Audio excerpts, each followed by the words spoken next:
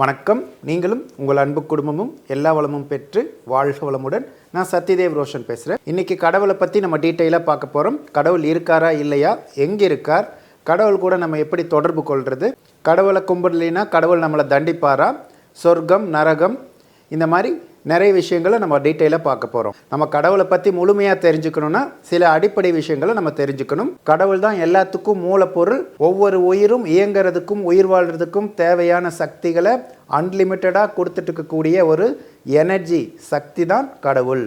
பொதுவாக கடவுள் எனக்குள்ளே இருக்கார், ஒவ்வொருத்தருக்குள்ளே இருக்கார் அப்படின்னு நம்ம சொல்லி கேள்விப்பட்டிருப்போம். உண்மையில் கடவுளுக்குள்ளே தான் நம்ம இருக்கோம். பிரபஞ்சத்தில் ஒவ்வொரு அணுவாகவும் பஞ்சபூதமாகவும் எல்லா பொருட்களாகவும் எல்லா உயிர்களாகவும் இருப்பது இறைவன் தான். இறைவன்னா இறைந்து கிடப்பவன்.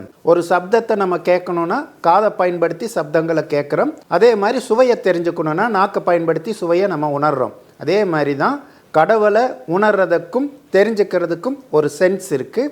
அந்த சென்ஸ் தான் சிக்ஸ்த்து சென்ஸ். 5 அறிவு மூலிமா அந்தந்த அறிவு மூலிமா என்னென்ன உணர முடியுமோ தெரிஞ்சுக்க முடியுமோ அதை மட்டும்தான் நம்ம உணர முடியும், தெரிஞ்சுக்க முடியும். இப்போ உதாரணத்துக்கு கண்கள் மூலிமா நம்ம பார்க்க முடியும்னு வைங்க. கண்கள் மூலிமா நம்ம கேட்க முடியுமா? முடியாது. அப்போ அந்த சென்ஸை பயன்படுத்தி அதுக்குண்டான விஷயங்களை மட்டும்தான் நம்ம தெரிஞ்சுக்க முடியும். அதே மாதிரி தான் கடவுளை நம்ம உணரணும்னா 6வது அறிவை பயன்படுத்தணும். 6வது அறிவுங்கிறது நம்ம நினைக்கிற மாதிரி சிந்திக்கிற அறிவு மட்டும் கிடையாது. ஏன்னா சிந்திக்கக்கூடிய அறிவு எல்லா உயிரினங்களுக்குமே இருக்குது. பூனையை எடுத்துக்கிட்டோம்னா அதுக்கு உடம்பு சரியில்லாத போது சாப்பிடாது, செரிமான கோளாறு இருக்கும்போது புல்லெல்லாம் போய் திங்கிறத பார்த்துருக்கோம். இந்த மாதிரி நிறைய உதாரணங்களை நம்ம பார்க்கலாம். 6வது அறிவுங்கிறது அறிவை அறிவதற்காக கொடுக்கப்பட்டது. அறிவுங்கிறது தான் இறைவன். இறைவனை உணர்றதுக்காகவும் இறைவனை தெரிஞ்சுக்கிறதுக்காகவும் இறைவனோட கனெக்ட் ஆகிறதுக்காக கொடுக்கப்பட்ட அறிவு தான் 6வது அறிவு. யாராவது இறந்துட்டாங்கன்னா செத்து போயிட்டாங்கன்னு சொல்லுவாங்க. உண்மையிலும் சத்து போனது தான் செத்து போனதுன்னு மாறிடுச்சு. சத்துனா உயிர், உயிர் தான் இறைவன், அறிவு தான் இறைவன். அப்போ நம்ம உடம்புக்குள்ளே உயிர் இருக்கிற வரைக்கும் தான் நமக்கு மதிப்பு. உயிர் போயிடுச்சுன்னா நம்ம வெறும் டெட் பாடி, பெணம் அப்படின்னு தான் சொல்லுவோம். உயிர் அப்படிங்கிற இறைவன் உள்ளுக்குள்ளே இருந்து நம்மளை இயக்குறாரு. வெறும் நம்ம சாப்பாடு சாப்பிட்றோம், தண்ணி குடிக்கிறோம்.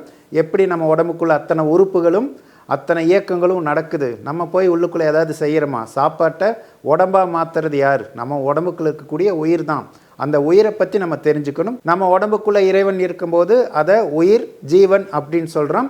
நம்ம உடம்புக்கு வெளியில் இருக்கக்கூடிய அந்த எனர்ஜியை சிவன் அப்படின்னு சொல்கிறோம். வெளியிலிருந்து வரக்கூடிய அந்த இறை சக்தின்னு சொல்லக்கூடிய அந்த உயிர் சக்தியை நம்ம உடம்பு பிடிச்சு வச்சு இயங்கிறதுக்கு தகுந்த மாதிரி அந்த குவாலிட்டியோடு இருக்கிற வரைக்கும் உயிர் நம்ம உடம்புக்குள்ளே இருக்கும். நம்ம உடம்புக்குள்ளே தான் உயிர் அப்படிங்கிற நிலையில் இறை சக்தி இயங்கிட்டு இருக்கு. அந்த சக்தி தான் நம்மளோட உடம்பை இயக்கிறதுக்கு தேவையான எல்லா வேலைகளும் செஞ்சிட்டு இருக்கு. அது உடல் இயக்கமாகவும் மன இயக்கமாகவும் ஒரு எனர்ஜியாக நமக்கு பயன்பட்டுட்டு இருக்கு. அப்போ இறை சக்தியை நம்ம எல்லாத்தினாலையும் பயன்படுத்த முடியும். அதுக்கு எந்த குறையும் இல்லை, அதுக்கு எந்த பாகுபாடும் இல்லை. நல்லவன் கெட்டவன் ஏழை பணக்கார அப்படின்னு எந்த பாகுபாடும் கிடையாது. எல்லா உயிரினங்களுக்கும் இதே கான்செப்ட் தான். இறை சக்தி தான் ஒவ்வொரு உயிருக்குள்ளிருந்தும் அந்த உயிரோட இயக்கத்துக்கும் உயிர் வாழ்கிறதுக்கும் தேவையான செயல்களை செஞ்சிட்ருக்கு. பிரபஞ்சத்தில் இருக்கக்கூடிய எல்லாத்தையுமே நம்ம நீக்கிட்டோம்னா பிரபஞ்சத்தில் என்ன இருக்கும்? எதுவுமே இருக்காது. கும்மிருட்டாக இருக்கும், சுத்த வெளியாக இருக்கும், எம்டி ஸ்பேஸ் தான் இருக்கும். அதைத்தான் கடவுள் அப்படின்னு சொல்கிறாங்க. உண்மையாலுமே இறைவனை உணரணும், இறைவன் கூட இணையணும் அப்படின்னா நான் எனது அப்படிங்கிற அகம்பாவத்தை நம்ம விடணும். ஈகோனாலே எக்ஸிட் காட் அவுட். அப்போ நான் எனது அப்படிங்கிற ஈகோ நம்மக்கிட்ட வரும்போது நமக்குள்ள இருக்கக்கூடிய இறைவன் வெளியேறிடுவார். நம்ம உணர்ச்சி வயப்பட்ட நிலையில் பற்றுதலோடு இருக்கும்போது நமக்கு மனம் அதிகமாக இயங்கும். பற்றற்ற நிலையில் தான் நம்மளோட அறிவு இயங்கும். நம்மளோட மன அலைச்சூழல் 13லிருந்து 18 வரைக்கும் இருக்கும்போது தான் அறிவு வேலை செய்யும். மன அலைச்சூழல் 18க்கு மேலே போயிருச்சுன்னா நம்மளோட மனம் தான் வேலை செய்யும். அப்போது நம்ம உணர்ச்சி வயப்பட்ட நிலையில் நம்ம நினைக்கிறதும் செய்கிறதும் சரியாக இருக்காது. கடவுளை பற்றி நீங்கள் முழுமையாக அறிவியல் பூர்வமாக தெரிஞ்சுக்கணுன்னா வேதாத்ரி மகரிஷியோட மனவளக்கலையில் நீங்கள் ஜாயின் பண்ணிங்கன்னா அங்கே உங்களுக்கு கடவுளை பற்றி முழு விளக்கம் கிடைக்கும். கடவுளை உணர்றதுக்கும் அடையிறதுக்குமான பயிற்சிகளையும் அங்கே கொடுப்பாங்க. நம்ம ஆரம்பத்தில் பார்த்த மாதிரி இறைவனை உணர்றதுக்கும் இறைவனோட ஐக்கியமாவதற்கும் 6வது அறிவை பயன்படுத்தணும்.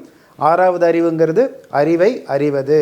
அதுக்கு நம்ம மெடிடேஷன் பண்ணும், தியானம் பண்ணும்போது நம்ம இறைவனை உணர முடியும், இறைவனோட ஐக்கியமாக முடியும். நம்மளை அறியாமலே நம்ம எல்லாரும் அந்த இறைவனை உணர்றதுக்காக தான் முயற்சி பண்ணிகிட்ருக்கோம். நம்ம ஒரு பொருள் மேலேயோ வேறு ஏதாவது ஒரு விஷயத்து மேலேயோ ரொம்ப ஆசைப்படுவோம். அது கிடைச்சே ஆகணும், அது கிடைச்சாதான் சந்தோஷமாக இருப்போன்னு சொல்லி ரொம்ப விருப்பப்படுவோம். ஆனால் அது அடைஞ்சதுக்கப்புறம் கிடைச்சதுக்கப்புறம் வேறு ஏதாவது பொருள் மேலேயோ வேறு ஏதாவது ஒரு கான்செப்ட் மேலேயோ நம்மளோட ஆர்வம் போகும். அது எனக்கு வேணும், அது கிடைச்சாதான் சந்தோஷமாக இருப்பேன் அப்படின்னு நினைப்போம். அப்போ பணமாகட்டும் பொருளாகட்டும் நீங்கள் படிப்படியாக ஒவ்வொன்றையும் டார்கெட் பண்ணி போயிட்டே இருப்பீங்க, அது கிடச்சிக்கிட்டே இருக்கும். ஆனாலும் மனம் திருப்தி அடையாது. இதுக்கு காரணம் என்னென்னா, உண்மையாலும் நம்ம தேடுறது அந்த இறை உணர்வு தான். ஒவ்வொருத்தரும் உருவாகும் போது அவங்களுக்கு கிடைக்கக்கூடிய முதல் உணர்வே இறை உணர்வு தான். இதை பற்றி டீட்டெயிலாக இன்னொரு வீடியோவில் பேசலாம். நம்ம தேடக்கூடிய அந்த இறை உணர்வு நம்ம தேடிட்டு இருக்கக்கூடிய பொருட்களில் கிடைக்காதனால தான் திருப்தி இல்லாமல் அடுத்தடுத்து வேறு எதுலேயோ நம்ம மனசு போகுது. நமக்கு எப்போ ஃபைனலாக நமக்கு திருப்தி ஆகும் அப்படின்னா, தியானம் செய்வது மூலிமா தான் கிடைக்கும். நம்ம இப்போ வாழ்ந்துட்டு இருக்கக்கூடிய வாழ்க்கையில் எல்லாத்தையும் அனுபவித்ததுக்கப்புறம் ஒரு சலிப்பு உணர்வு வரும். அப்போ ஆட்டோமேட்டிக்காக இறை தேடுதல் நமக்கு வரும். அப்போ தேவையான குரு கிடைப்பார், தேவையான ஆன்மீகம் அறிவும் உங்களுக்கு கிடைக்கும். இறை வழிபாடு, உண்மையிலும் இறை வழிபாடுனா என்ன நம்ம தெரிஞ்சுக்கணும். இறைனா இறைவன், வழினா ரூட் பாதை, பாடுனா நடத்தல். அப்போ இறைவனோட வழியில் நடக்கிறது தான் இறை வழிபாடு. இறைவன் எப்படி நடந்துக்குவார், பாரபட்சம் இல்லாமல் எல்லாத்தையும் சமமாக பார்க்குறது, எல்லாத்துக்கும் நன்மைகளே செய்கிறது. இந்த மாதிரி நம்ம வாழ்ந்தோம்னா ஆட்டோமேட்டிக்காக நம்மளால் இறை உணர்வு பெற முடியும். சொர்க்கம் நரகம் இதை பற்றி பார்க்கலாம். நர கூட்டல் அகம் நரகம். நரன் அப்படின்னா மனிதன், அகம்னா மனம். மனிதனோட மனம் தான் நரகம். உயிரினங்களே ஒரு பாதுகாப்பான சொகுசான வாழ்க்கை மனிதனுக்கு தான் கிடைச்சிருக்கு. ஆனால் மனிதன் தான் உயிரினங்களே ரொம்ப கவலையோடவும் துக்கத்தோடவும் நிம்மதி இல்லாமல் வாழக்கூடிய ஒரே உயிரினம். அப்போது அந்த மாதிரி நிம்மதி இல்லாமல் திருப்தி இல்லாமல் புரிதல் இல்லாமல் வாழக்கூடிய ஒரு மனம், ஒரு நிலை தான் நரகம் அப்படின்னு சொல்கிறாங்க. ஸ்வரம் கூட்டல் அகம் ஸ்வர்க்கம். இதை ரெண்டு விதமாக எடுத்துக்கலாம். ஸ்வரம்னா புனிதத்தன்மை, அலை அப்படின்னு எடுத்துக்கலாம். நம்ம இந்தியாவில் ஸ்வரங்கள் அப்படின்னு சொல்லுவாங்களே, ஸ்வரங்கள்னால் புனிதமான அலைன்னு அர்த்தம். புனிதத்தன்மையுள்ள மனம் அப்படிங்கிறது தான் ஸ்வர்க்கம். நம்ம மனசுக்குள்ளே எந்தவித தேவைகளும் எந்த விதமான நெகட்டிவான எண்ணங்களும் இல்லாமல் தூய்மையான மனநிலையில் இருக்கும்போது நம்ம சொர்க்கத்தில் இருக்கிற மாதிரி தான். தியானம் செய்யாமலே எல்லாத்தினாலையும் இறை உணர்வு பெற முடியும். அதுக்கான ஒரு வீடியோ கொடுத்துருக்கோம். அந்த வீடியோவோட லிங்க்கை டிஸ்கிரிப்ஷனில் கொடுக்குறோம், இந்த வீடியோவோட எண்டில் கொடுக்குறோம். நீங்களும் உங்கள் அன்பு குடும்பமும் எல்லா வளமும் பெற்று வாழ்க வளமுடன்.